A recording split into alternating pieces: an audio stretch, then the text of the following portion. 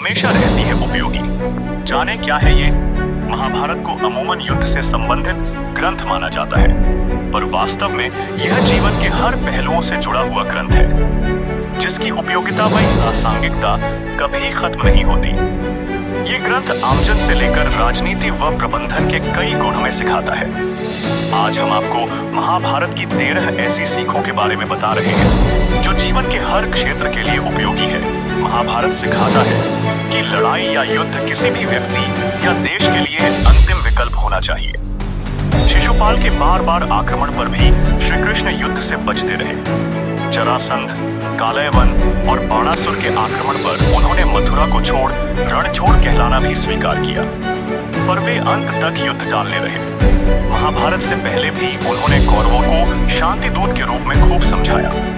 सारे प्रयास विफल होने पर ही उन्होंने अंत में युद्ध का समर्थन किया। महाभारत बताता है कि अधूरा ज्ञान खतरनाक होता है। अर्जुन के पुत्र अभिमन्यु ने मां के गर्भ में चक्रव्यूह में घुसने का ज्ञान तो पा लिया, लेकिन उससे निकलने की जानकारी नहीं मिली। ये अधूरा ज्ञान ही उसके लिए प्राणघातक साबित हुआ। महाभारत के युद्ध में उसकी मौत चक्रव्यूह में फंसने से ही हुई। इसलिए हमें अपने कार्यक्षेत्र का पूरा ज्ञान होना चाहिए।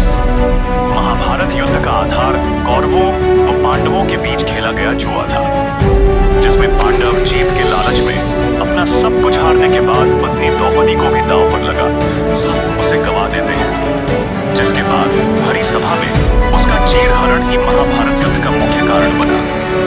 ऐसे में महाभारत हमें सिखाता है कि लालच में आकर जुए व सट्टे जैसे कामों में नहीं फंसना चाहिए। महाभारत हमें सत्य व नीति का साथ देना सिखाता है। भीष्म, द्रोणाचार्य व कर्ण जैसे योद्धाओं ने सही व गलत को जानने पर भी कौरवों का साथ देकर अपयश प्राप्त किया, जबकि श्री कृष्ण ने कमजोर लेकिन सही पांडवों का साथ देकर हमेशा सत्य व सही का साथ देने की शिक्षा दी।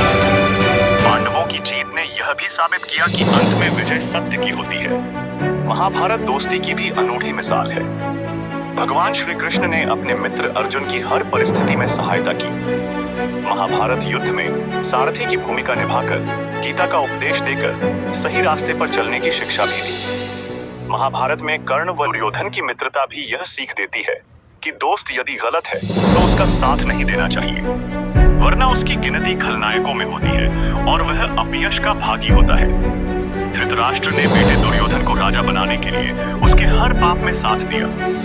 उसके मोह के कारण ही महाभारत के युद्ध की नौबत आई। यदि वह निष्पक्ष होकर युधिष्ठिर को राजा बना देता या उन्हें संपत्ति में हिस्सा दे देता तो विनाशकारी महायुद्ध बच सकता था, पर उसने ऐसा नहीं किया, जिसका खामियाजा उसे अपने 100 बेटों की मौत से चुकाना पड़ा। ऐसे में महाभारत सिखाता है कि पुत्र मोह में फंसकर उसके गलत कार्यों का समर्थन नहीं करना चाहिए। धनुष विद्या प्राप्त करते समय गुरु द्रोणाचार्य ने जब पेड़ पर पक्षी को निशाना बनाने को कहा तो सब शिष्यों ने पक्षी के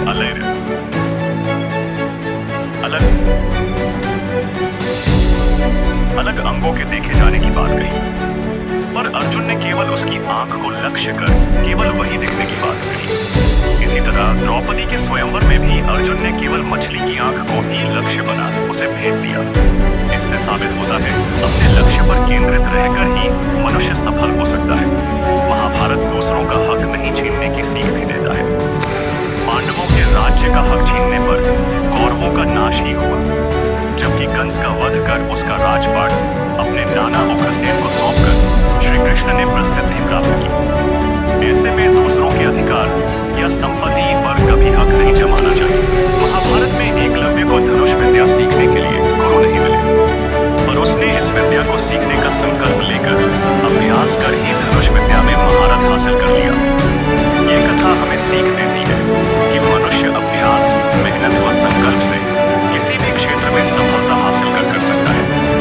भगवत गीता भी महाभारत का ही हिस्सा है, जिसमें श्री कृष्ण ने कहा, क्रोध व लालच से दूर रहते हुए कर्म करने की अनूठी सीख दी। उन्होंने कहा कि मनुष्य को अकर्मण्य, आलसी या निष्क्रिय न रहते हुए वर्तमान में जीते हुए काम कर्म करते रहना चाहिए। गीता के उपदेश आज भी प्रासंगिक होने की वजह से आम जीवन से लेकर मैनेजमेंट की कक्षाओं तक पढ़ाए जा रहे हैं। महाभारत पग पग पर नैतिक मूल्यों की शिक्षा देता है। जैसे साई अनुशासन पर्व में पितामह भीष्म ने कहा कि भूमि के समान कोई दान नहीं, माता के समान कोई गुरु नहीं, सत्य के समान कोई धर्म नहीं और दान के समान कोई पुण्य नहीं है। यदि इन मूल्यों को स्वीकार कर ले तो समाज से जमीन जायदाद के झगड़े, माता पिता की दुर्गति, गरीबी सरीखी समस्याएं दूर हो सकती है। महाभारत राजनीतिक शिक्षा भी देता है। यह ग्रंथ सिखाता है कि अन्यायपूर्ण किया गया शासन ज्यादा समय तक नहीं ठहरता। राजा को हमेशा धर्मपूर्वक शासन करना चाहिए। समानता, स्वतंत्रता व न्याय तक सबकी पहुंच होनी चाहिए। ऐसा नहीं होने पर शासक का कंस व कौरवों जैसा हाल होता है। महाभारत में एक चक्रा राज्य का राजा अपने बल की बजाय बकासुर राक्षस के बल पर राज करता था। लोगों की बलि मांगने पर भी राजा बकासुर के सामने असहाय था। बाद में भीम ने उसको मारकर प्रजा को उसके आतंक से मुक्त कराया। ये कथा दूसरों के भरोसे रहने की बजाय आत्मनिर्भरता की सीख देती है। महाभारत के युद्ध का एक बड़ा कारण दुर्योधन को उसके मामा शकुनी द्वारा बार बार उकसाना भी था। इसी तरह कर्ण ने भी दुर्योधन के उकसावे में आकर अर्जुन के लिए रखे बाण को घटोत्कच पर चलाकर कौरवों की हार